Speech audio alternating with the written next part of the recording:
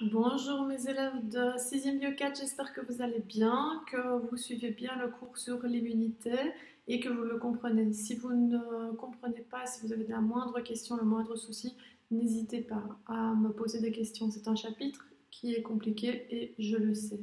Alors ce qu'on va aborder aujourd'hui, donc la dernière fois c'était assez compliqué avec les mécanismes de réponse immunitaire spécifiques. Je vous rappelle que les lymphocytes B font la réaction immunitaire à médiation humorale en sécrétant des anticorps et les lymphocytes T la réaction immunitaire à médiation cellulaire en faisant le baiser de la mort, donc en envoyant des perforines dans la cellule à éliminer. N'oubliez pas que les lymphocytes T4 doivent activer tout ça via des interleukines 2 pour pouvoir activer cette immunité spécifique. C'est important pour la suite puisque on verra que le sida touche les lymphocytes T4.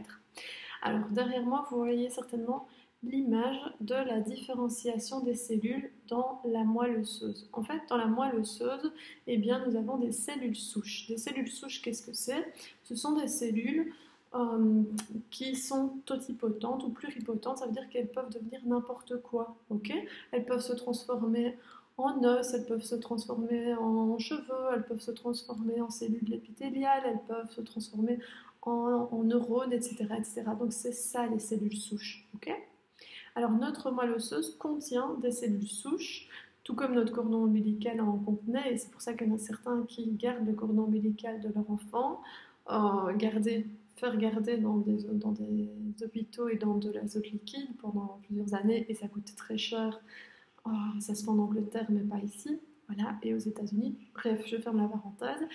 Mais je retourne à ma moelle osseuse qui contient des cellules souches. Eh bien, dans la moelle osseuse, il va y avoir une fabrication des cellules sanguines, entre autres, et notamment donc, des globules blancs, des globules rouges et des plaquettes. Alors, la fabrication des cellules sanguines s'appelle l'hématopoïèse. D'accord, à bien retenir, hématopoïèse. Donc c'est les trois, pour former les trois éléments figurés qu'on retrouve dans le sang. Donc je vous l'ai dit, globules rouges ou hématies, globules blancs ou leucocytes et les plaquettes qui servent à la coagulation dont on ne parlera pas plus dans ce chapitre. Voilà, alors si on forme des globules rouges, on va parler d'érythropoïèse. Oups, je suis ici. Et on va obtenir des hématies ou des globules rouges. Si je forme des plaquettes qui sont en fait des morceaux de cellules, eh bien, on va parler de thrombopoïèse. Ok, donc dans tous les cas, hématopoïèse. Si c'est pour former des plaquettes, thrombopoïèse. Si c'est pour former des globules rouges, eh bien, érythropoïèse. Et enfin, si c'est pour former des globules blancs, eh bien, leucopoïèse. Leuco pour leucocyte, leucos, je vous rappelle que ça veut dire blanc. Et là-dedans, eh bien, on peut former différents types de globules blancs, comme vous le savez. Donc, on a au départ des globules blancs qui ne sont pas encore différenciés, puis qui vont différencier en granulocytes. Alors ici, il y en a qui sont éosinophiles, basophiles, neutrophiles, peu importe, nous on va pas aller plus loin, mais des granulocytes, des monocytes ou des macrophages, d'accord? Et enfin, des lymphocytes, donc B ou T, que ce soit des T4 ou des T8, ok? Donc, retenez bien, hématopoïèse, leucopoïèse pour les globules blancs, érythropoïèse pour les globules rouges, thrombopoïèse pour les plaquettes. Alors, la maturation des globules blancs. Alors, donc je vous ai dit qu'ils étaient tous fabriqués, on vient de le voir, dans la moelle osseuse. Alors, tous les globules blancs, tout comme les plaquettes et les globules rouges, peuvent aller dans la circulation sanguine. Les globules blancs vont pouvoir aussi se promener dans la lymphe et dans les tissus infectés. On avait vu l'exemple lorsqu'une aiguille perçait la peau de la réaction inflammatoire. Donc, les globules blancs sont capables de quitter les vaisseaux sanguins pour aller sur le lieu de l'infection. Et on appelle ça la diapédèse. Ok? Alors, donc, a priori, donc, les cellules souches sont capables, donc elles se transforment en différents globules blancs ou en plaquettes, etc. Et elles vont aller dans le sang. Alors vous voyez que dans le sang, il y a les plaquettes et les globules rouges. En revanche, les globules blancs sont capables d'aller également dans tous les tissus et dans la lymphe, dans les organes lymphoïdes secondaires, comme tous les ganglions qu'on a dans le corps. Les ganglions servent à, je vous rappelle, à filtrer la lymphe, donc ils vont essayer ils sont en grand nombre dans les ganglions pour essayer d'attraper des microbes s'il y en a. Ok? Alors, il y a juste une petite exception, c'est que les lymphocytes T, eh bien, T pourquoi? On dit T pour thymus.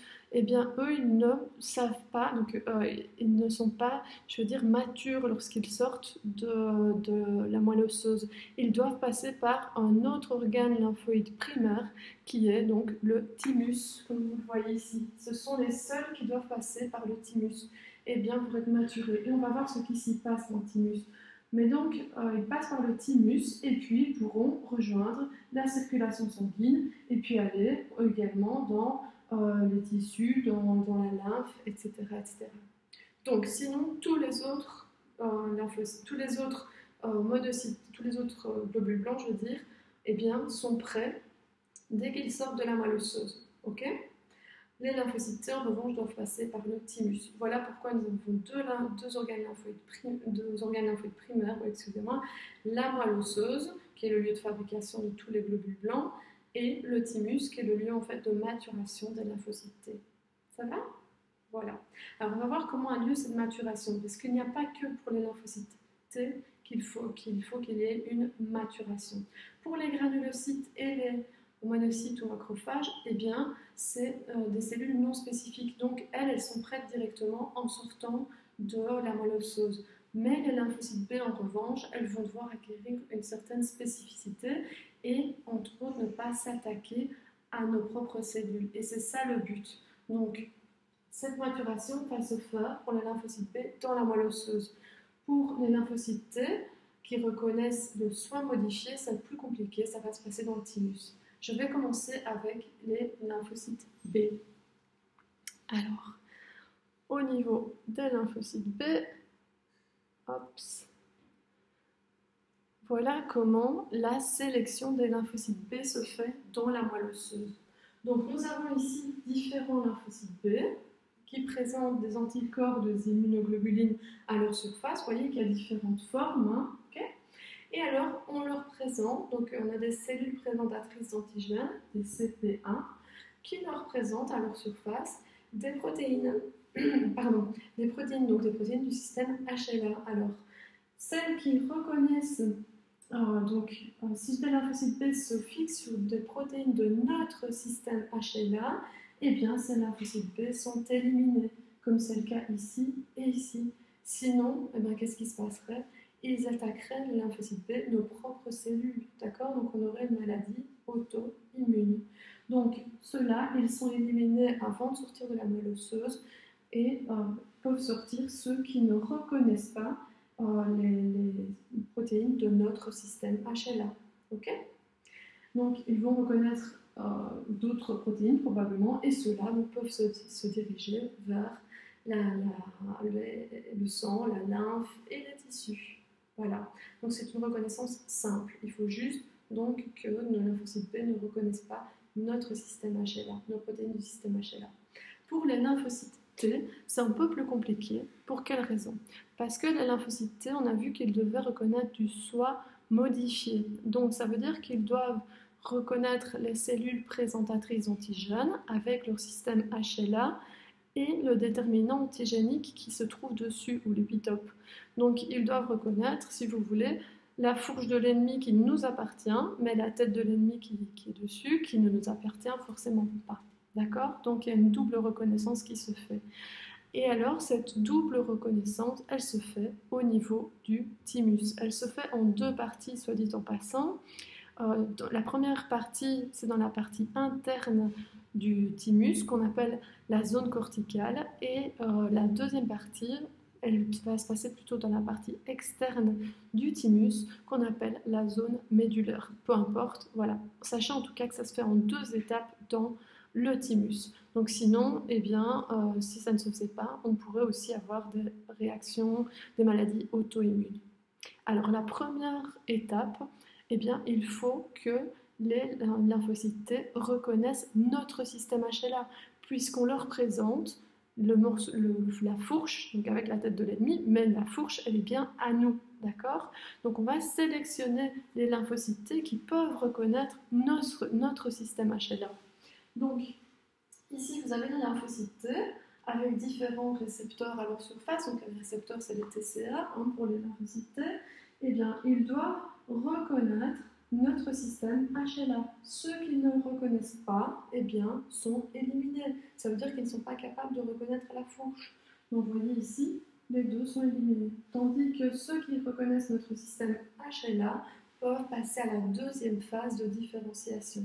Et dans cette deuxième phase de différenciation, eh bien, on va leur présenter un antigène, un déterminant antigénique, alors soit de nous, soit qui ne nous appartient pas.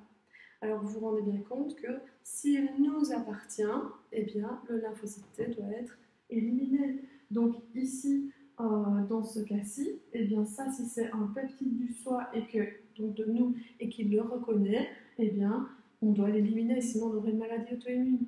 Ici en revanche, on lui présente un peptide à nous, mais il ne le reconnaît pas, eh bien, c'est bon. Donc il peut circuler, il peut aller dans le sang, la lymphe et dans les tissus.